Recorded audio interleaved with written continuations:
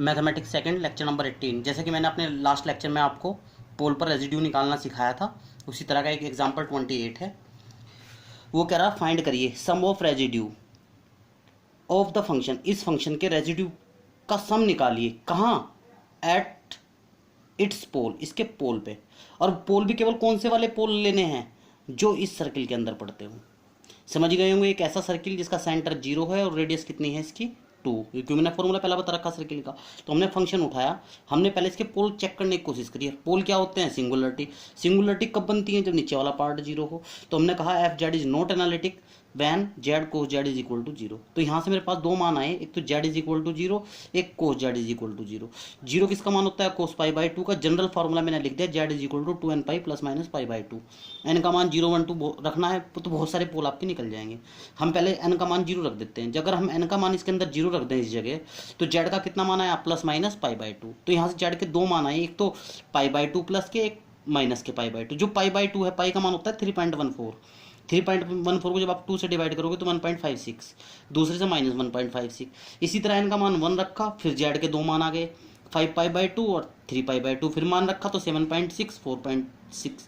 तो इस तरह हमारे मान निकलते जा रहे हैं। तो जेड इज इक्वल टू 0 और जेड के ये वाले बहुत सारे मान, ये देखो लगातार मान निकलते जा रहे। Z is equal to 0, Z के बहुत सारे मान निकले। अब हमें ये चेक करना कि इन इतने सारे मानों में से कौन से हमारे सर्किल के अंदर पड़ेंगे। 0 तो निश्चित बात है पड़ेगा ही पड़ेगा। सर्किल की रेडियस 2 है तो पाई बाई 2 भी पड़ जाएगा और माइनस पाई बाई 2, क्योंकि पाई बाई 2 पे मान कितना है? 1.56, और माइनस पाई बाई 2 पे कितना है? माइनस 1.56। दोनों मान पड़ जाएंगे ये भी। लेकिन जो अगले वाले मान है 7.7 आ रहा है, 4.6 आ रहा है, ये तो नहीं पढ़ने, क्योंकि 2 रेडियस की सर्किल के अंदर नहीं आ सकते। तो केवल कितने पॉइंट आएंगे हमारे? तो हमारे केवल ये 3 पॉइंट आएंगे, 0, पाई बाई 2 और माइनस पाई बाई 2। यही पॉइंट हमारे सर्किल के अंदर पड़ेंगे।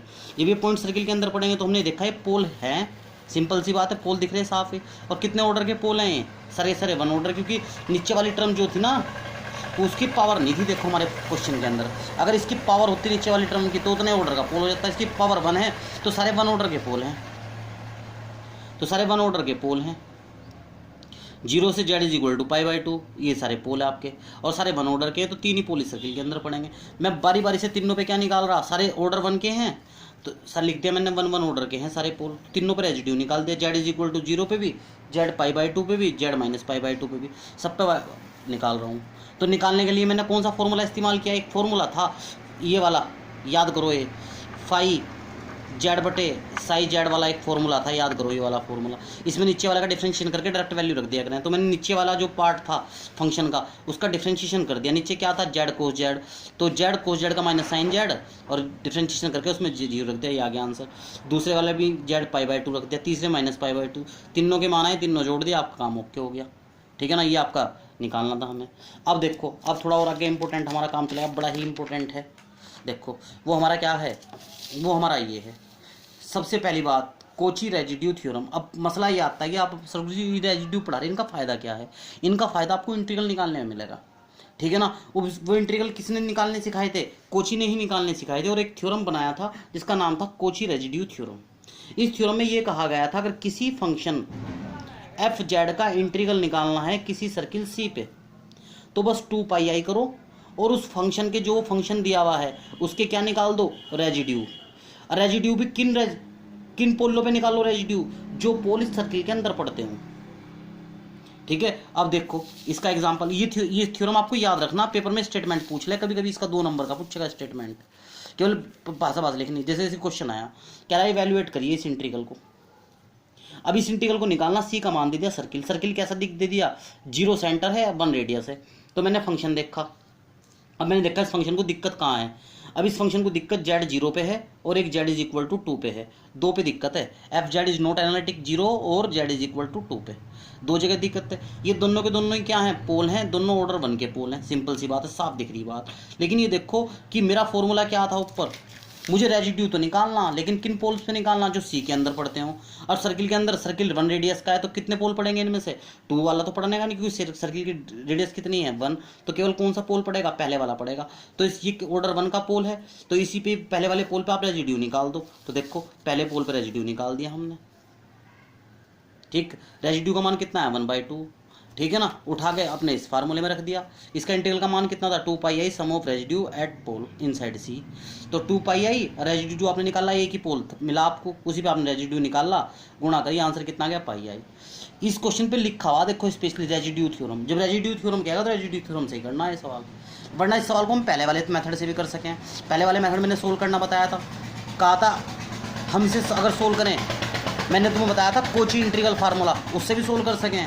उससे कैसे सोल्व कर सकें, देखो फंक्शन देखो, ठीक है ना, और अपना सर्किल बनाओ, वो 1 रेडियस का सर्किल आपने बना लिया। अब मैंने उस वक्त बताया था फंक्शन देखो, फंक्शन को देखो प्रॉब्लम किस जगह है। फंक्शन को प्रॉब्लम 2 पॉइंटों पे है, 0 पे और 2 पे। इनमें से कौन सा पॉइंट पड़ रहा है सर्किल के अंदर, Z0 पड़ रहा, तो Z0 को तो नीचे छोड़ दो, बाकी सारा ऊपर खींचो। फिर क्या करना बताया था मैंने वहाँ, 2 पाई आई Z0 उसके अंदर रख दो, पाई आई आंसर। तो इस तरह भी कर सकें सवाल, इस तरह भी, लेकिन अगर रेजिड्यू थ्योरम लिखेगा तो फिर रेजिड्यू थ्योरम मिलेगा नहीं, ये रेजिड्यू थ्योरम है यहाँ लगी हुई। यहाँ आपने क्या लगा दिया, कोची इंटीग्रल फार्मूला। तो बेहतर तरीका कौन सा है, तरीके दोनों बेहतर हैं, दोनों अच्छे हैं, लेकिन आपको लगाना कौन सा है, जो सा वो पूछेगा, ठीक है ना। मैं वो वैसे और भी क्वेश्चनों की प्रैक्टिस कराऊंगा, लेकिन आपको ध्यान रखना है इसमें।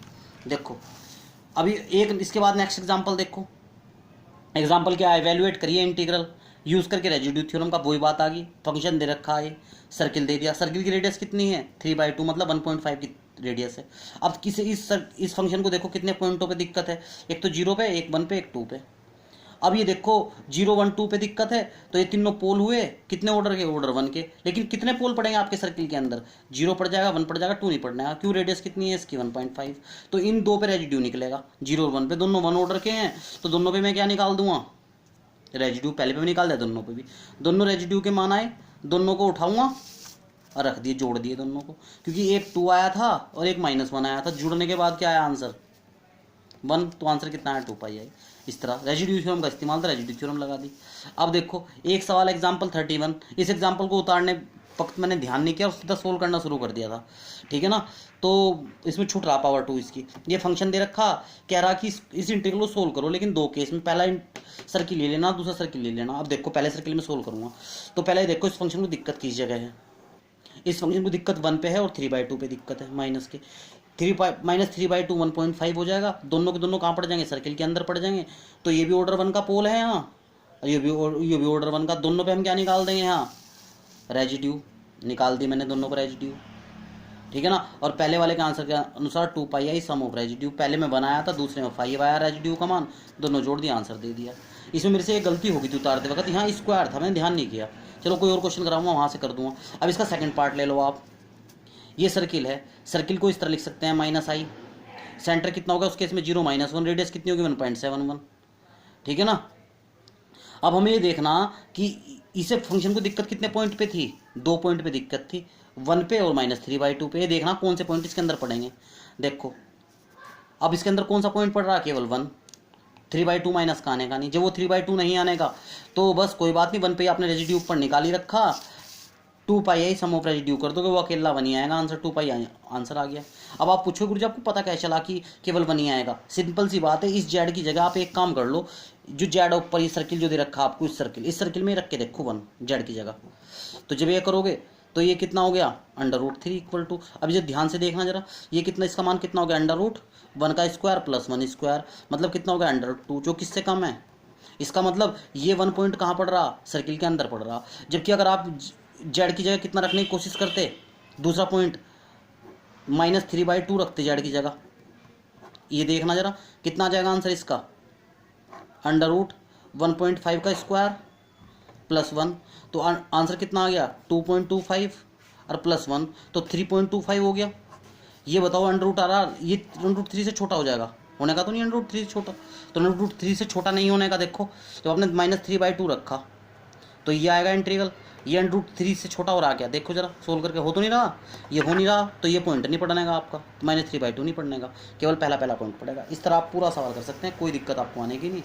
समझ में नहीं आया तो मेरे से पूछ लेना, कॉल कर लेना, और मैं कल को एक और एग्जाम्पल कराऊंगा और अच्छे समझ में आ जाएगा, ठीक है। ध्यान रखना पॉइंट रख के देख लो उस सर्किल के अंदर, जैसे मैंने 1 रख के देखा तो ये 2 आ गया, छोटा आ गया तो बढ़ गया, 3/2 रख के देखा तो आंसर √3/2 आया, जो नहीं पड़ रहा तो आप नहीं निकाल सकते इसे, ठीक है। Okay, thank you.